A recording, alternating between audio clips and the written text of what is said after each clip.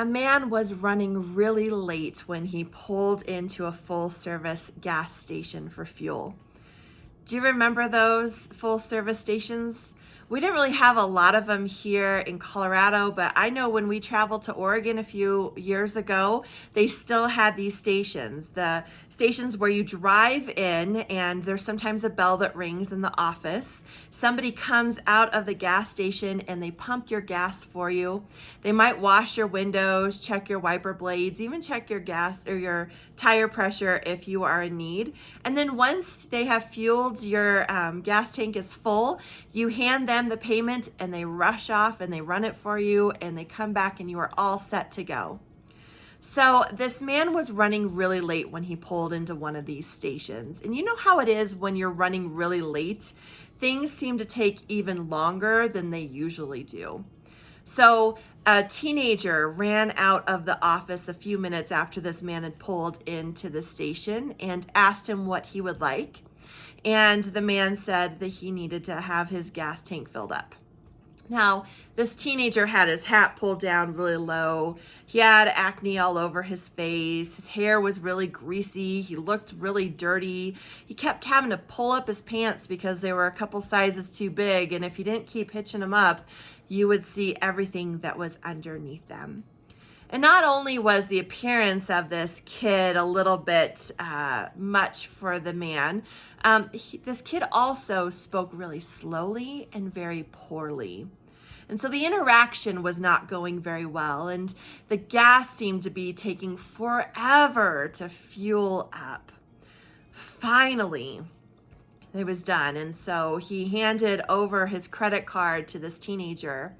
The teenager walked in slowly into the station, took a few minutes, came back out and said, "I'm sorry, sir, but we don't accept this card." Well, now the man is really irritated, and so he hands him another card, and the teenager walks slowly back into the station, runs the card again. A few minutes later, comes back out and says, "I'm sorry, this one isn't working either." Well, finally, in desperation, this man who's running late just yells at him, "Do you still take cash?" And the teenager took several more minutes to go in and to make change and to return it. So the man was furious at this point. And so he left, he backed up, he spun his tires real loud, and he left the station real quickly. But a few blocks away, he began to feel bad about his impatience and his rudeness to this teenager. It wasn't this teenager's fault that he was running late. It wasn't the teenager's fault that everything was going wrong. And so out of feeling guilty, he turned his car around and he drove back up. And the teenager was a little bit scared to come out of the office at first. So finally, the man got out of his car and he walked into the office at this full service station, and he said to the teenager, "I'm really sorry for the way that I treated you." And the teenager responded, he pushed his hat back and he said, "That's okay, mister. Everybody treats me that way." What would it look like if we were treating people differently than the way that everybody else always treats them? What would our world look like if we were difference makers, if we treated everyone with respect, with kindness, with love? What would our world look like? Paul kind of addresses that in 1 Corinthians about how we're called to be set apart, how we are called to do things differently than the world does them. I talked about that in my sermon a couple weeks ago, and Pastor Laura picked that up in this week's sermon as well. So we're in 1 Corinthians 9, chapters 9 through 11. I would invite you to read those chapters this week, to sit and reflect with them. But I have a few passages that I pulled out to discuss today as we're thinking about these chapters a little bit more in depth. So Paul begins chapter 9 by talking about his rights as an apostle. The things that are owed him for serving God and the ways in which he should be treated. And then he starts off in verse 19 like this: Though I am free and belong to no one, I have made myself a slave to everyone, to win as many as possible. To the Jews, I became like a Jew to win the Jews. To those under the law, I became like one under the law, though I myself am not under the law, so as to win those under the law. To those not having the law, I became like one not having the law, though I am not free from God's law, but am under Christ's law, so as to win those not having the law. To the weak, I became weak to win the weak. I have become all things to all people, so that by all possible means I might save some. I do all of this for the sake of the gospel, that I may share in its blessings. Paul is recognizing that sometimes we have to let go of ourself, our ego, our pride, the way in which we think that we deserve stuff or have rights, so that we are able then to reach out and to relate to others, to be able to speak into others' lives, to be able to relate to them in their context, to be able to share them goodness and God's love that is with them. Sometimes that's really hard for us to do, right?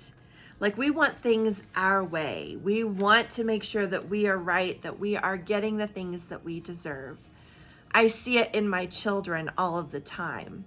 You know, one of them wants something, and if I don't give it to them, but maybe I gave it to the other one, all of a sudden there's an uproar in my house. You know, I'm not getting what I need, what I deserve. You gave it to this one.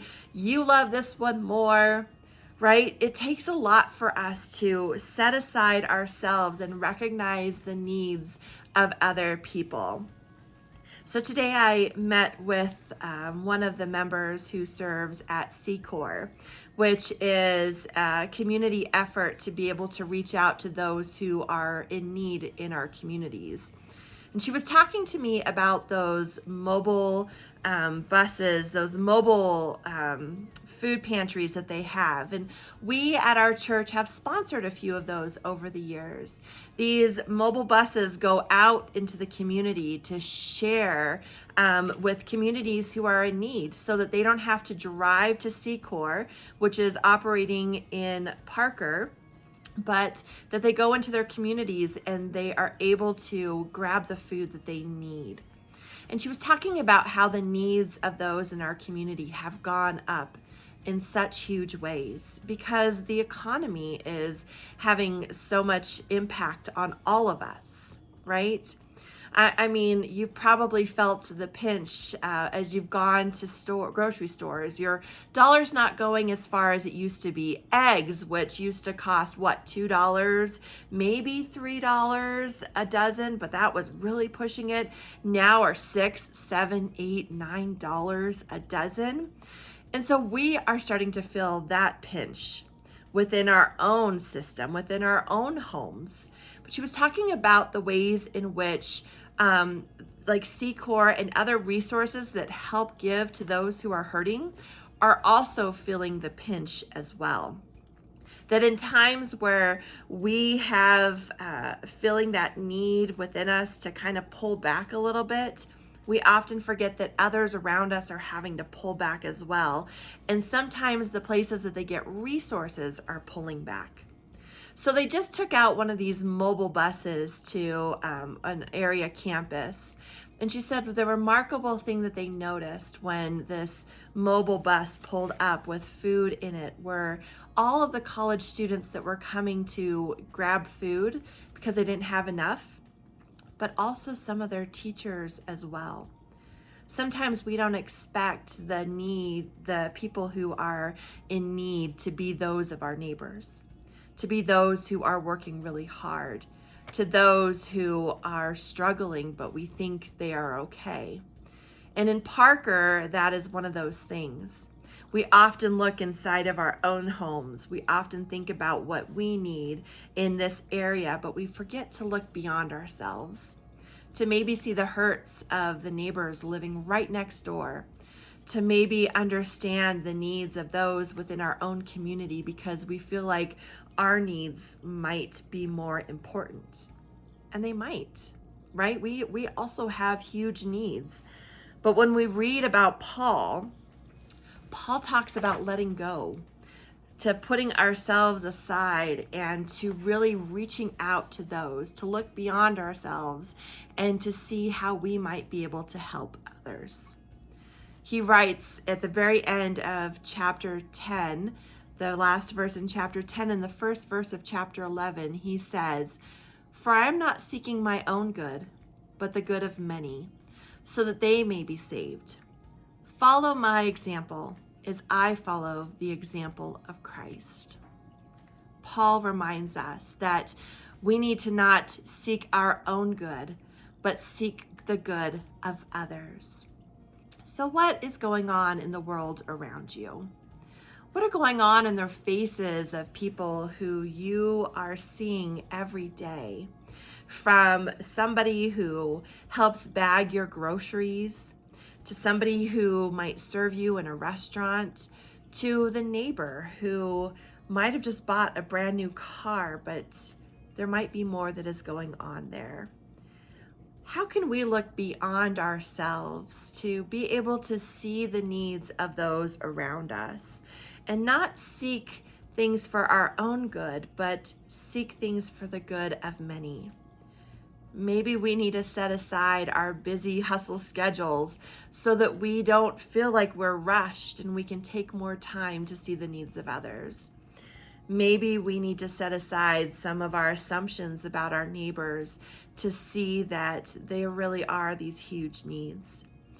Maybe instead of tightening up in this time, we might need to look to the organizations around us who are helping others but are also not having the donations that they need. What are the ways in which we can look beyond ourselves to be able to share the hope and love of God? To not only follow Paul's example that he writes about in 1 Corinthians, but also to follow the example of Christ. Laying our own needs down, laying ourselves down, laying our lives down for those lives of our neighbors, for the lives of those who we interact with. Not only our friends, but also those whom we might not even see in our communities, those who might believe differently than we do. How can we go beyond ourselves and follow Paul and Christ's examples to be the good in the world and to share the love of God? If you have some ideas, why don't you email me this week as we think about how we can live in community with one another and how we can be the good in the world, to put ourselves aside and to share God's love and grace with others. So if you have an idea about how we might live into that, email me at cody@parkerumc.org. And let's begin this conversation about how we might go beyond ourselves, beyond our own church, beyond our own little tight-knit communities, and reach out and meet the needs of those who are in our communities, in the schools, in the hospitals, on the streets, wherever those needs might be, so that we can share the love and grace of God with others.